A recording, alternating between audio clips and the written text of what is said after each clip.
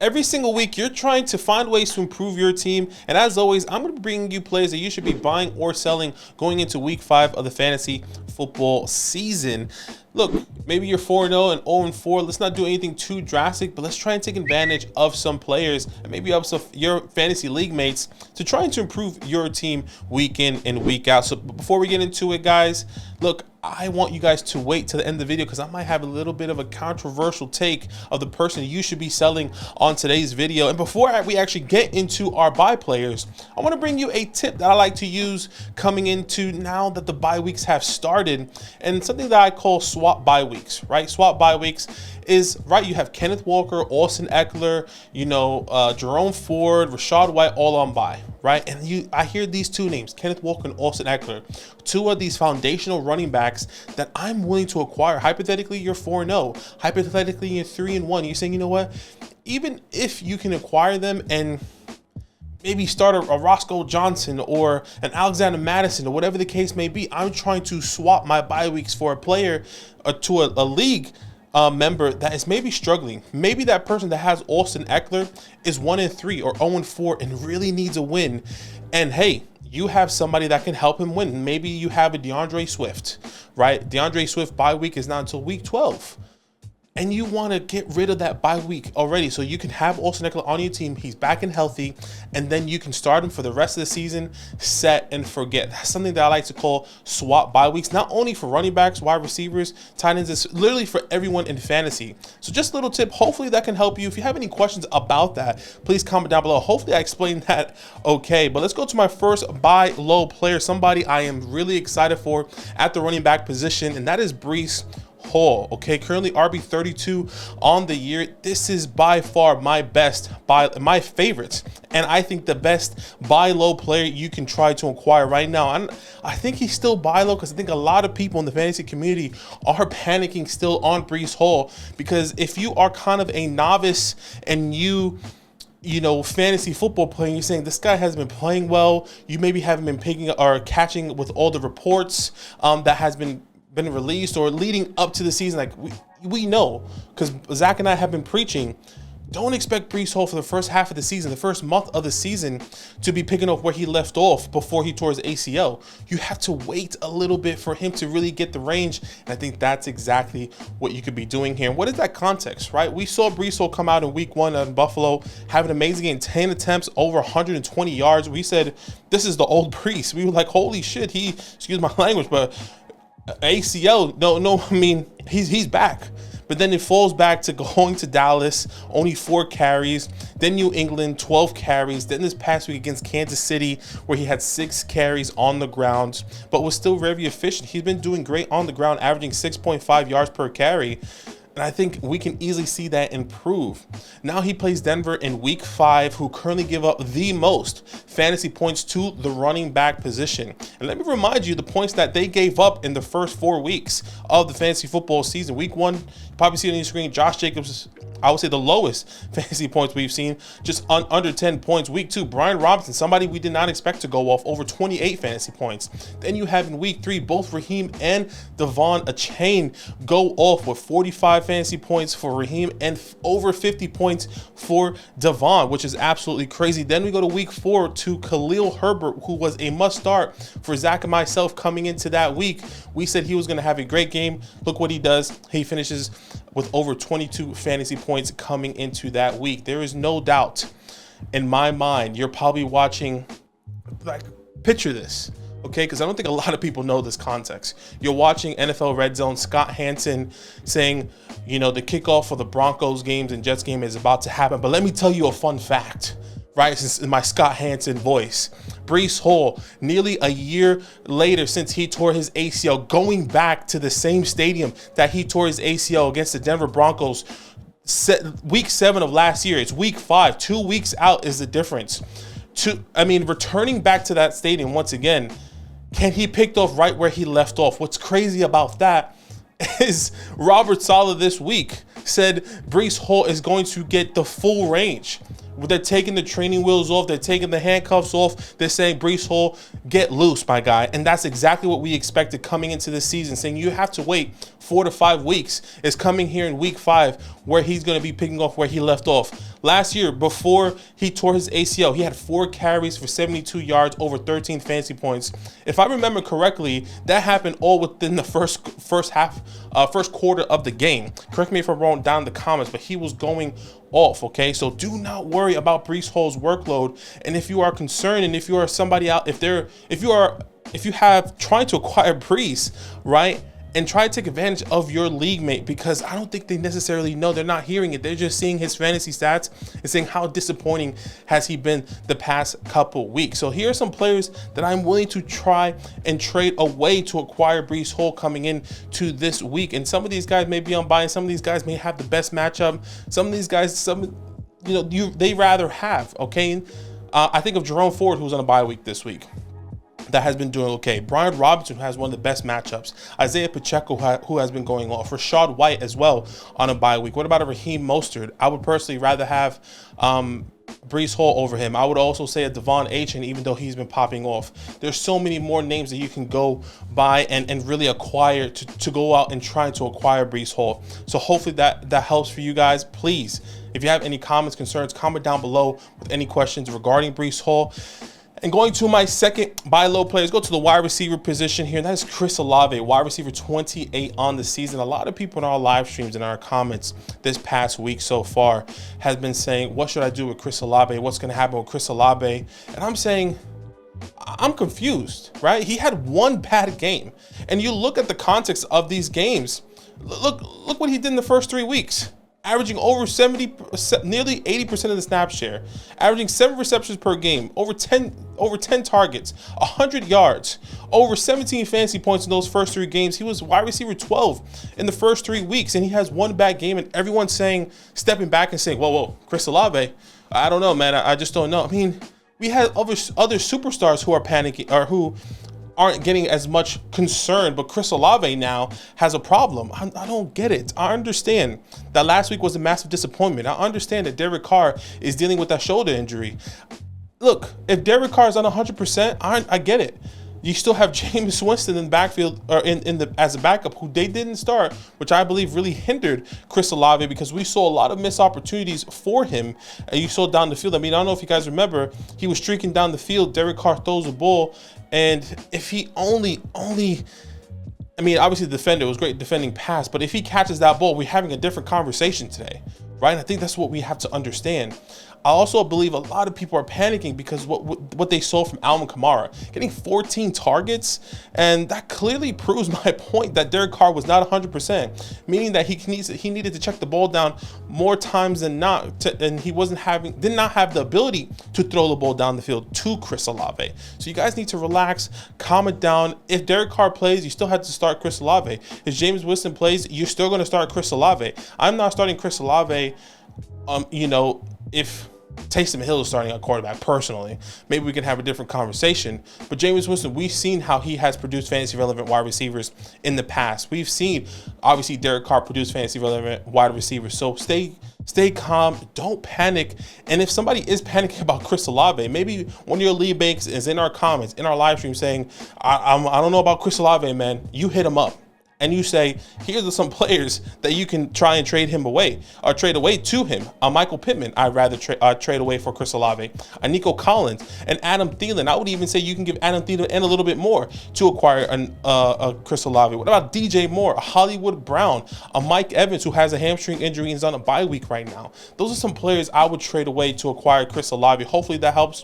Don't panic on Chris Olave. I'm going to go to my next buy low player coming up here. Wide receiver 56 on the season, and that is Jalen Waddle. Look, there's no doubt Jalen Waddle has been disappointing. Okay, he hasn't been living up to standards. We haven't really been seeing too much of that boom production that we saw a lot last year.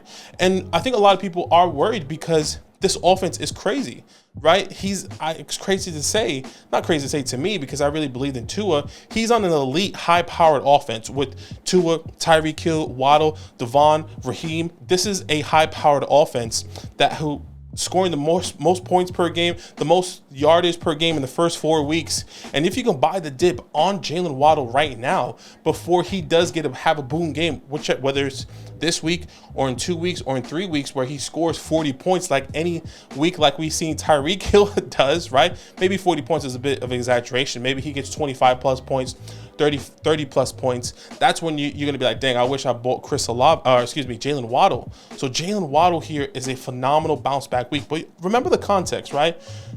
Week 1, disappointing. Week 2, he gets out with concussion. He misses week 3. Week 4 comes back. You know, you see him with Buffalo. They were kind of struggling a little bit. They were trying to get the run game going. They just couldn't handle it. And now they're going to go play my beloved New York Football Giants, who has been struggling on offense, meaning that that means that this wide receiver, the Miami wide receiver room, is going to be on the field a lot more than the New York Giants. So look, if you can buy the dip, I'm 100% about it. And here's some plays very similar to Chris Olave that I would trade away to acquire a Jalen Waddle, Michael Pittman, Nico Collins, Adam Thielen, DJ Moore, Hollywood Brown, and here's some more names. And Amari Cooper, I love. Still rather have Waddle, still believe in Waddle. DK Metcalf, a Garrett Wilson, and I also will say a Calvin Ridley moving forward as well. So if you can buy Jalen Waddle on the low, I 100% would. All right, I got my last buy low at the running back position. That is Travis Etienne, RB15 on the year. And I'm bringing up Etienne now because I do believe you could have another week of disappointment. But if you can buy the dip now, and a lot of people are panicking because he is playing the Buffalo Bills currently, I would reach out to that Etienne owner and say, hey, what are you feeling about Etienne right now? How are you feeling about Etienne? He's like, oh, I don't know, man. He's probably saying, I don't know. Had a bad week. You know, didn't get the production that I wanted to see. Now he's playing the Buffalo Bills. Atlanta played pretty well. You know, they couldn't get much done. And then now he's playing the Buffalo Bills, and I'm a bit concerned. Okay, what do you want from him? And he's still going to say probably a high price. Wait until after that Buffalo game and see what happens. Because if he does score 10 points, maybe 12 points, you go back to that Etienne owner and say, hey, what do you think about Etienne? Then that dips. That value dips. Like, hey, you wanted player A this time. I don't think he's that value after that game. You want to go back into it. The Buffalo Bills currently give the 9th fewest fantasy points to the running back position, which is really, really difficult for a running back like Travis Etienne. And he has been having these boom bust games. Week 1, over 21 points. We saw that very efficient on the ground. Then week 2 against Kansas City, who does have a good run defense, only scoring 6 fantasy points, which was very disappointing. Then he goes to Houston, having that boom game again, scoring over 17 fantasy points. Then a disappointing game at Atlanta with 10 fantasy points. So I think there is some opportunity for you to buy Travis Etienne. And here are some players I would try to throw at that owner to acquire Travis Etienne. And look, some of these names may be ridiculous, but it's true, because what people are doing now, especially if you are in a newer league, they're looking at that ranking and they're saying, ooh, Brian Robinson, top 10 running back, Travis Etienne outside the top 15.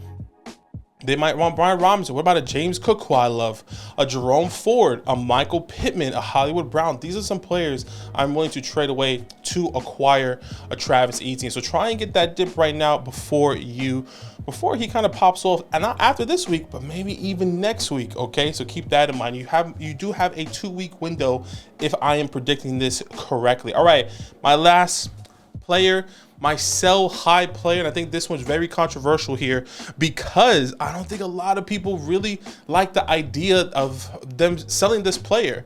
But what I'm really trying to do here, before I even tell you this player, this is an opportunity to capitalize on getting a haul, an opportunity to capitalize of helping your team out in areas that maybe you are struggling in right now. Okay, and maybe this is a little bit of a niche, because I think you may have to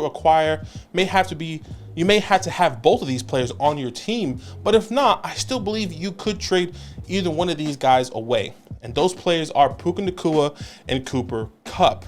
Now, Puka Nacua has been phenomenal, has been breaking records. He's currently the wide receiver 4 on the team, and he's been great. He's been phenomenal. And now, to me, it doesn't really matter who you trade away. If I had to choose, I am trading away Cooper Kupp because of the hamstring injury. Now, I can see it going either way, because I don't see this team making either one irrelevant. Cooper Kupp comes back. He probably is going to get those targets. Puka Nacua is there with Cooper Kupp. He's probably still going to get those targets, but don't expect that ceiling, that 14, 12 type of game target. Maybe we need to come back down to life and really realize that he's going to get maybe 6 to 9 targets, right? We shouldn't be anticipating those double-digit targets coming in and week out once Cooper Kupp, and if Cooper Kupp is back in week 5. So once again, hear what I'm saying, okay? Try to capitalize on the opportunity that you can get to acquire maybe somebody a little bit more valuable than a Puka Nacua, than a Cooper Kupp. People drafted Cooper Kupp in the first round believing that he was going to come back and believing that he was going to be the guy that they drafted in the first round, whether he missed 1 week, 2 weeks, or 3 weeks, whatever the case may be, before he went on IR. You have to understand that anything can happen coming in. So my concerns really is, what is this offense going to look like when Cooper Kupp is back? And once again, like I said, I don't believe they're going to make either one irrelevant. They are both going to eat. Matthew Stafford can't produce 2 fantasy relevant wide receivers.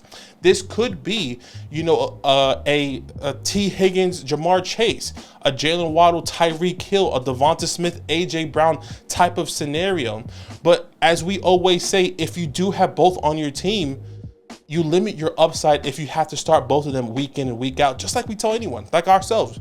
If you have Jalen Waddle and Tyreek Hill, your upside's limited. You want to bring diversity to your team by having somebody else not on the same team, okay? So once again, both of these guys are going to be phenomenal, in my opinion, when they come back. If I had to trade one away, it's Cooper Kupp because of the hamstring injury, because those chances are higher that he could re-aggravate it. He's still not 100%. Reports saying that he's about 80% right now. And if that is true, he may not be back until week 6, week 7. And if you can sell Cooper Kupp now, while his value is high and people believing that he is coming back, you can still trade him away for that high name value. We've been seeing trades. People have been putting in our comments. People have been putting it in our live stream saying, hey, can I get Puka for this player? And this is the players that I want to trade away, the players that I'm going to try to acquire for Cooper Kupp specifically, just because of name value and how important he is to this offense. Maybe I'm tripping. Comment down below if you think I'm a little bit overboard here when it comes down to the value, but I do believe you can get these values right now when I think of trying to sell Cooper Kupp. What about Keenan Allen, who's wide receiver 2 on the season, who was on a bye week? What about an AJ Brown, a Stephon Diggs, and a Amon-Ra St. Brown, a CeeDee Lamb? I think you can get CeeDee Lamb and a little throw-in, maybe an Elijah Moore, a Christian Kirk, something like that, right? What about a Mark Andrews in that positional value? So you already have Puka Nacua, and you're trying to capitalize at that tight end position to get Mark Andrews. You can do the same thing with Travis Kelce, a Kenneth Walker, who's on a bye right now, a Bijan Robinson, who has been phenomenal so far, and a Tony Pollard. These are some players, once again, I'm willing to trade away, right?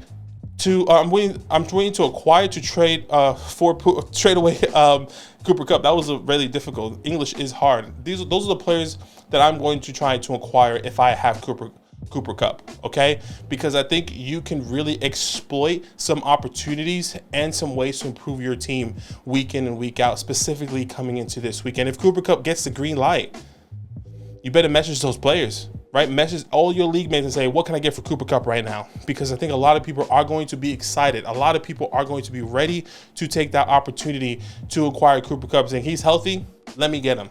Same thing with, when you thought of Breece Hall, or you thought of these running backs coming off of injury, people still value them that high. So hopefully that helps, guys. Once again, sell high on Cooper Kupp or Puka.